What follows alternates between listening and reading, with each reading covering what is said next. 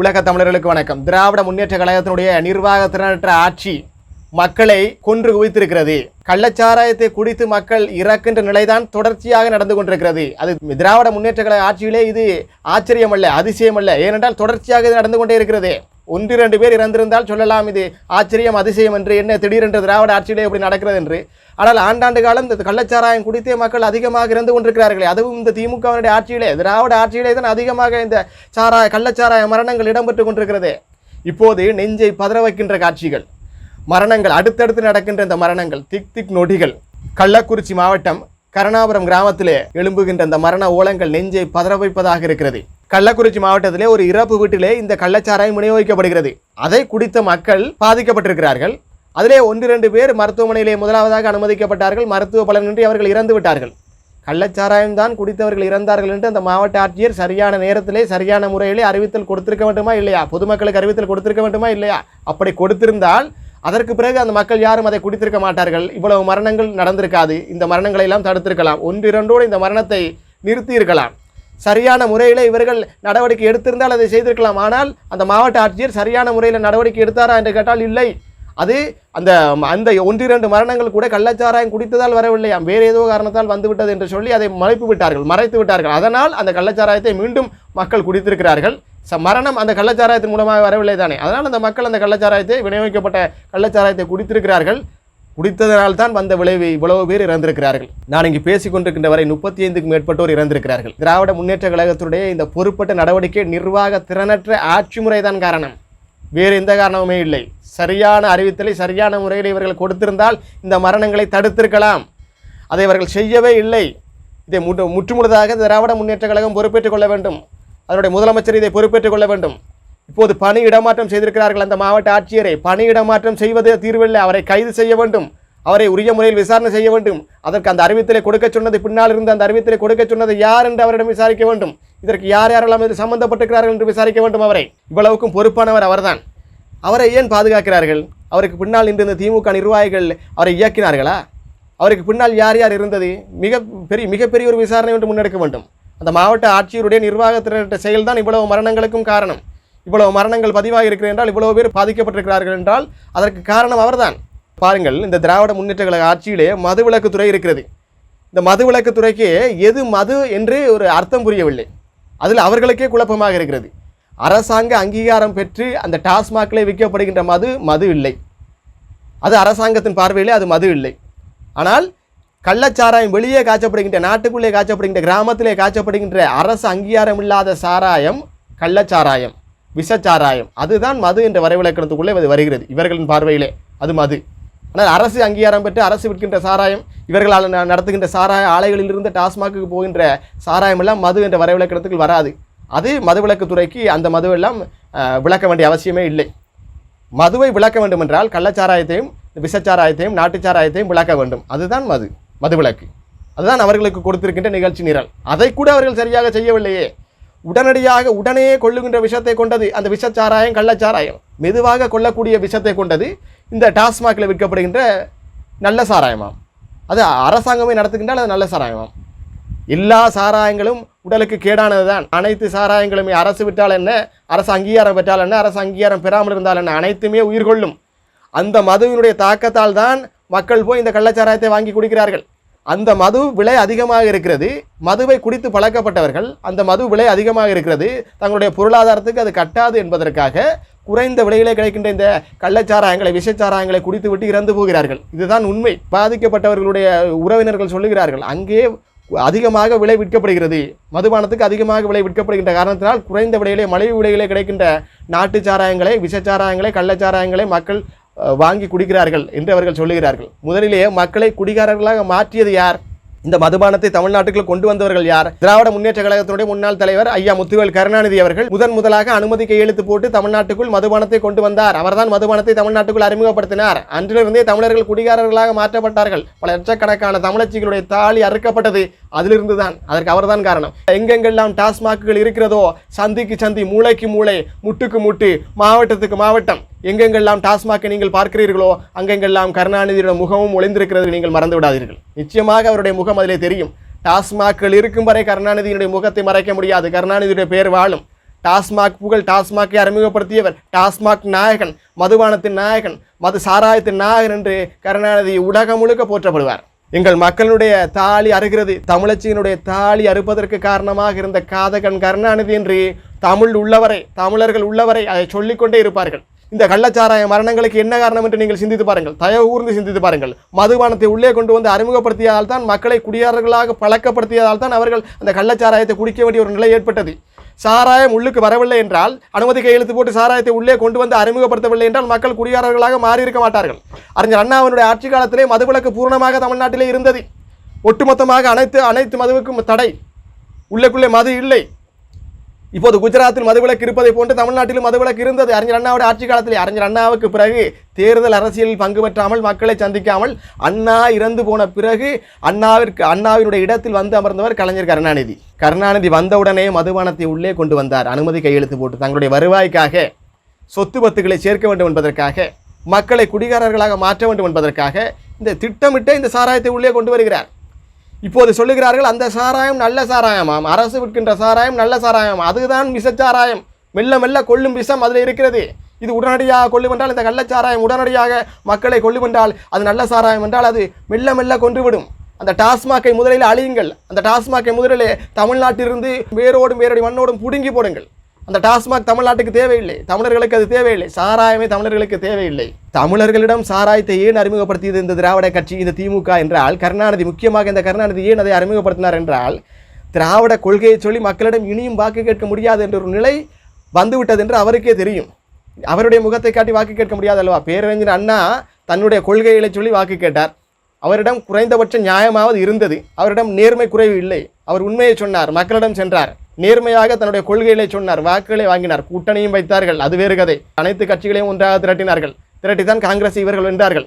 முதன்முறையாக 1967ஆம் ஆண்டு அறிஞர் அண்ணா தலைமையிலான திராவிட முன்னேற்ற கழக கூட்டணி ஆட்சியை பிடிக்கிறது. 2 ஆண்டுகளிலே அறிஞர் அண்ணா இறந்து விடுகிறார். இறந்து விட்ட பிறகு கலைஞர் கருணாநிதி அந்த இருக்கையிலே வந்து அமர்கிறார். மக்களை சந்தித்து அமர்ந்தவர் அல்ல, தேர்தலை சந்தித்து வாக்குகளை பெற்று அமர்ந்தவர் அல்ல. அறிஞர் அண்ணாவினுடைய இடம் வெற்றிடமாக இருக்கிறது, அந்த வெற்றிடத்தை நிரப்ப வேண்டும் என்பதற்காக வந்து அமர்ந்தவர் கலைஞர் கருணாநிதி. வந்தவுடன் இந்த மதுபானத்தை உள்ளே கொண்டு வந்தார். அதுதான் வரலாறு. நான் முன்பு கூறியது போல கருணாநிதியுடைய முகத்தை பார்த்து யாரும் வாக்கு போடுவதாக இல்லை. அந்த கருணாநிதியிடம் இந்த கொள்கை என்று ஒன்று இல்லை. கருணாநிதி தொடர்ச்சியாக ஊழலை செய்து கொண்டிருந்தார். அந்த ஊழல் ஆட்சியை மக்கள் புரிந்து விட்டார்கள். அதனால் இவருக்கு வாக்கு செலுத்த முடியாது என்ற ஒரு நிலைக்கு வந்து விட்டார்கள். அரசியலில் இவர்கள் சுயமரியாதை பேசியே வளர்ந்தவர்கள், பகுத்தறிவு பேசியே வளர்ந்தவர்கள். மக்களும் பகுத்தறிவாக சிந்திப்பார்கள் என்று அவருக்கு விளங்கிவிட்டது. அதனால் மக்கள் பகுத்தறிவாக சிந்திக்கக்கூடாது, அறிவுத்தளத்தில் நின்று அவர்கள் சிந்திக்கக்கூடாது. யாருக்கு வாக்கு போடலாம், யார் சரியானவர்கள், யார் பிழையானவர்கள், யார் சொல்வது சரி, யார் சொல்வது பிழை என்று இடை போடக்கூடிய நிலையில் மக்கள் இருக்கக்கூடாது என்பதற்காக, அப்படி என்றால் மக்களை எப்படி வைத்திருக்க வேண்டும்? போதையிலேயே வைத்திருக்க வேண்டும். அதற்காக சாராயத்தை கலைஞர் கருணாநிதி தமிழ்நாட்டுக்குள்ளே கொண்டு வருகிறார், அறிமுகப்படுத்துகிறார். சாராயத்தை கொண்டு வந்தால் அவன் போதையிலேயே இருப்பான். போதையில் இருக்கின்றவனிடம் பணத்தை கொடுத்தால் வாங்கிவிட்டு நீட்டுகின்ற இடத்திலே, காட்டுகின்ற இடத்திலே முத்திரையை குத்திவிட்டு போவான். இதுதான் திராவிட வரலாறு. இப்படித்தான் கருணாநிதி தொடர்ச்சியாக வாக்குகளை பெற்றுக் கொண்டிருந்தார். இதற்காகத்தான் தமிழர்களை கருணாநிதி மதுபானத்தை உள்ளே கொண்டு வந்தார். இன்னும் அந்த ஆட்சி விடியாமல் தான் இருக்கிறது. வாருங்கள், 1969ஆம் ஆண்டு ஆட்சி கட்டுகளே வந்திருந்த கருணாநிதி தொடர்ச்சியாக, அதற்கு பிறகு வந்தது திராவிட முன்னேற்ற கழகம், அண்ணா திராவிட முன்னேற்ற கழகம் தானே. தொடர்ச்சியாக இவர்களுடைய ஆட்சியிலே, இவ்வளவு காலம் திராவிட ஆட்சியிலே தமிழர்கள் சாதித்தது என்ன, தமிழர்கள் பெற்றது என்ன, இழந்தது அதிகம். பல லட்சக்கணக்கான தமிழச்சிகளின் தாலி இருந்திருக்கிறது பாருங்கள். பல லட்சக்கணக்கான தமிழர்கள் குடிகாரர்களாக மாறிவிட்டார்கள். இப்படி கள்ளச்சாராயத்தை குடித்து இறந்து போனவர்கள் எண்ணிக்கை அதிகம். திராவிடத்தால் நாங்கள் வாழ்ந்ததில்லை, வீழ்ந்ததுதான் அதிகம். திராவிடம் எங்களுக்கு என்ன சொல்லிக் கொடுத்திருக்கிறது? இதுவரை பாருங்கள், திராவிடம் எங்களுக்கு குடிக்க சொல்லிக் கொடுத்திருக்கிறது. காமராசர் வந்தார், எங்களுடைய ஐயா காமராசர் வந்தார், தெருவுக்கு தெரு படிப்பகங்களை திறந்து விட்டார், மாணவர்களை படிக்க சொன்னார். அது தமிழ் தேசிய ஆட்சி, அது தமிழ் தேசிய கொள்கை. திராவிட இயக்க தலைவர் கருணாநிதி வந்தார், மதுபான கடைகளை திறந்து விட்டார், குடிப்பகங்களை திறந்து விட்டார், மக்களை குடிக்க சொன்னார், மக்களை குடியார்களாக மாற்றினார், மக்களை சுடுகாட்டிற்கு பாதையை காட்டினார். இப்போது மக்கள் சுடுகாட்டிற்கு போகக்கூடிய நிலையில் இருக்கிறார்கள். தமிழச்சிகள் தாலி இருக்கக்கூடிய நிலையில் இருக்கிறார்கள். இதற்கெல்லாம் யார் காரணம்? மரணங்களுக்கெல்லாம் யார் காரணம் என்று சிந்தித்து பாருங்கள். நான் சொல்வது சரியா பிழையா என்று நீங்களே சிந்தித்து பாருங்கள். ஒரு கணம் சிந்தித்து பாருங்கள். இந்த மதுபானத்தை உள்ளே கொண்டு வந்து அறிமுகப்படுத்தியது இவர்கள் தானே காரணம், இந்த திராவிட முன்னேற்ற கழகத்தினர் தானே காரணம். இப்போது கூட இந்த நிர்வாகம் சரியாக இருந்திருந்தால் இந்த கள்ளச்சாராய மரணத்தை 1-2 தடுத்திருக்கலாமா இல்லையா? இந்த கள்ளச்சாராய மரணம் இவ்வளவு தூரம் அதிகமாக போயிருக்க வேண்டிய அவசியமே இருந்திருக்காது. அந்த மாவட்ட ஆட்சியர் சரியாக நடந்திருந்தால், சரியான தகவலை சரியான நேரத்தில் மக்கள் மத்தியிலே கொடுத்திருந்தால் இதை தடுத்திருக்கலாம், இந்த மரணத்தை தடுத்திருக்கலாம். இந்த மதுவிலக்கு துறை சரியாக இயங்கி இருந்தால் அந்த கள்ளச்சாராய உற்பத்தியை தடுத்திருக்கலாம். இந்த கள்ளச்சாராயத்தை உற்பத்தி செய்கின்ற இடத்திலேயே அவர்கள் தடுத்திருக்கலாம். கள்ளச்சாராயம் கள்ளக்குறிச்சியிலே நகர பகுதிகளிலே விற்கப்பட்டது. காவல்துறை என்ன தூங்குகிறதா? திராவிட முன்னேற்ற கழகம் நிர்வாகத்தை சரியாகத்தான் நடத்தி கொண்டிருக்கிறதா? காவல்துறை இருக்கிறது, மாவட்ட ஆட்சியர் இருக்கிறார், மதுவிலக்குத்துறை இருக்கிறது. இவர்கள் இருக்கின்ற போதே நகரத்துக்குள்ளே கள்ளச்சாராயம் விற்கப்படுகிறது. இவர்கள் என்ன செய்து கொண்டிருக்கிறார்கள்? இந்த திராவிட முன்னேற்ற கழக ஆட்சி சரியாகத்தான் நடக்கிறதா? திராவிட முன்னேற்ற கழகத்தை தொடர்ச்சியாக தமிழ் தேசியவாதிகள் விமர்சித்துக் கொண்டே இருக்கிறார்கள் என்று சொல்லுகிறார்கள். நீங்கள் சரியாக நடந்திருந்தால் நாங்களே விமர்சிக்க போகிறோம். நீங்கள் இந்த கள்ளச்சாராயங்களை தமிழ்நாட்டுக்கு உழவ விடாமல் இருந்திருந்தால், இதை விநியோகிக்க விடாமல் இருந்திருந்தால் இப்படிப்பட்ட மரணங்கள் வந்திருக்காது. நாங்கள் விமர்சிப்பதற்கு ஏற்றவாறு தான் நீங்கள் ஆட்சியும் நடத்துகிறீர்கள். பொது வழியிலே உங்களை விமர்சிக்க வேண்டிய தேவைதான் அதிகமாக இருக்கிறது. உங்களை வாழ்த்த வேண்டிய தேவையே இல்லையே. மக்களை குடியாரர்களாக மாற்றிய பெருமை உங்களுக்கு தானே உண்டு, எங்களுக்கு இல்லையே. சாராயத்தை உள்ளே கொண்டு வந்து நீங்கள் தானே, நாங்கள் இல்லையே. திராவிட கொள்கை தானே சாராயத்தை உள்ளே கொண்டு வந்து மக்களை குடியாரர்களாக மாற்றியது. எங்கள் ஐயா காமராசர் வந்து மக்களை படிக்க சொன்னார், மாணவர்களை படிக்க சொன்னார், தெருவுக்கு தெரு பள்ளிக்கூடங்களை திறந்து விட்டார். உங்கள் ஐயா கருணாநிதி என்ன திறந்து விட்டார்? மதுபான கடைகளை திறந்து விட்டார், குடிக்க சொன்னார். இப்போது தாலி எடுத்துக் கொண்டிருக்கிறார். கருணாநிதி இல்லாமல் இருக்கலாம், ஆனால் கருணாநிதி தான் இருந்தபோது செய்த வேலையால் தமிழர்கள் இனி எத்தனை தலைமுறையாக வாழ்ந்தாலும் சரி, அத்தனை தலைமுறைக்கும் கருணாநிதி சாராயத்தின் நாயகன் என்பதை யாரும் மறுக்க மாட்டார்கள், மறைக்கவும் மாட்டார்கள். அதுதான் உண்மை. திராவிட முன்னேற்ற கழக நிர்வாகம் சரியாக இயங்கியிருந்தால், முதலமைச்சர் சரியாக இருந்திருந்தால், முதுகெலும்போடு இருந்திருந்தால், நிர்வாகத்திறனோடு இருந்திருந்தால் கள்ளச்சாராய உற்பத்தியை இல்லாமல் செய்திருக்கலாம். இந்த டாஸ்மாகை இல்லாமல் செய்திருக்கலாம். அவர் எதிர்க்கட்சியாக இருக்கின்ற போது தேர்தல் பிரச்சாரத்தில் இவர்கள் தான் சொன்னார்கள், நாங்கள் ஆட்சிக்கு வந்தவுடன் மதுவிலக்கை அமுல்படுத்தி விடுவோம், டாஸ்மாகை இழுத்து மூடி விடுவோம் என்று சொன்னார்கள். வாக்குறுதி கொடுத்து தான் உள்ளே வந்தார்கள். வந்த பின்னர் இவர்களே தொடர்ந்து இதை நடத்துகிறார்கள். எதிர்க்கட்சியாக இருக்கின்ற போது ஒரு பேச்சு, ஆளுங்கட்சியாக வந்துவிட்டவுடன் ஒரு பேச்சு. இந்த மதுபான விற்பனை என்பது திராவிட முன்னேற்ற கழக அரசாங்கத்துக்கு மிகப்பெரிய ஒரு வர்த்தக பொருளாகிவிட்டது. அது மிகப்பெரிய ஒரு வாணிபம், வியாபாரம் நடக்கின்றது. சாராய மாஃபியா கும்பல் அதில் இயங்கி கொண்டிருக்கிறது. சாராயம் மட்டுமா அதில் விற்கிறார்கள், சாராயத்தோடு இணைந்த விற்பனை பொருட்கள் எல்லாம் அதில் அதிகமாக விற்கிறது. ஊறுகாய் விற்றே கோடீஸ்வரனான திராவிட முன்னேற்ற கழக நிர்வாகிகள் எல்லாம் இருக்கிறார்கள். அதில் உணவகங்களை எல்லாம் உள்ளே நடத்துகிறார்கள், கேன்டீன்களை எல்லாம் நடத்துகிறார்கள். தண்ணி போத்தல்கள் இதெல்லாம் திராவிட முன்னேற்ற கழகத்தினுடைய நிர்வாகிகள், பெரிய தலைவர்களே நடத்துகிறார்கள். அரசாங்கம் பெருமைப்படுகிறது, சாராயம் முற்றி போல வருமானம் வருகிறது என்று ஒரு அரசாங்கம் பெருமைப்படுகிறது. மக்களை குடியாரர்களாக மாற்றிவிட்டோம் என்று சொல்லி ஒரு அரசாங்கம் பெருமைப்படுகிறது. எப்படிப்பட்ட அரசாங்கம் என்று பாருங்கள், எப்படிப்பட்ட ஆட்சியாளர்கள் என்று பாருங்கள். மக்களை படிக்க வைப்போன் தலைவனா, மக்களை குடிக்க வைப்போன் தலைவனா?